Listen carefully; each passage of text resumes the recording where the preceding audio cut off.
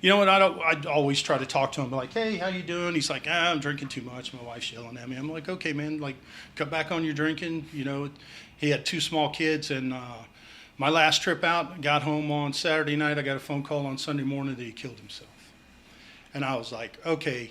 And for me, that was really the line in the sand, and I was like, I need to get away from this environment, you know, because one, you know, I've been on the board at the Marine Reconnaissance Foundation for 13 years. I'm the only surviving board member, but I was not only the only one in Camp Pendleton, so if anything went awry, I was the one that got the phone call that I'm driving through the avocado patches in the middle of the night, hoping that I'm not the guy that finds another one of our Marines, you know, that had killed himself.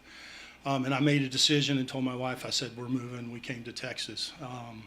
At that time, I said, hey, you know, which most of us do really good at is like, let's try something new. And I jumped into corporate America and excelled very well. But you get to a point, and, you know, and I laugh all the time. It's kind of like the Lance Corporal in the 3 shop that can do everything, and you just keep piling more and more on them.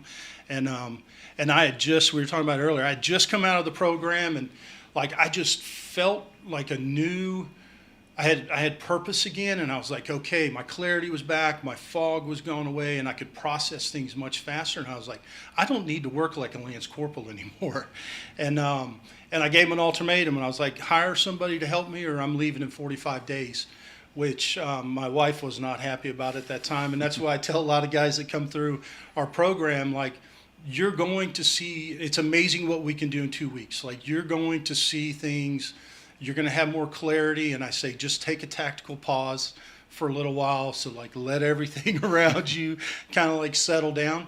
But I look back now, and that was probably the best thing that could have happened to me, even though, you know, I went back to contracting and do what we do, and I spent almost a year bouncing in and out of Israel, working on the humanitarian pipeline between Cyprus and Gaza, which, you know, even as a master gunner, it's the most challenging thing I've ever worked on in my life, but it didn't have a whole lot of purpose. It was like just the grind. It was the same thing. You know, go over there, solve a problem. Fine, solve a problem. I can do that. And it wasn't until I was home on a break, and I had found out that my predecessor was moving on, and I literally was like, I'm available. And, you know, I came in, and like a lot of us do, hit the ground running.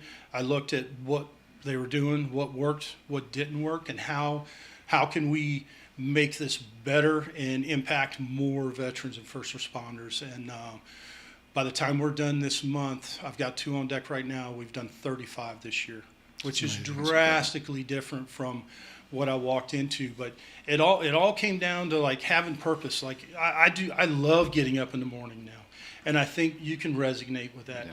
Cody, with your background. And if you know, talk about, you know, some of those things that make you get out of bed in the morning.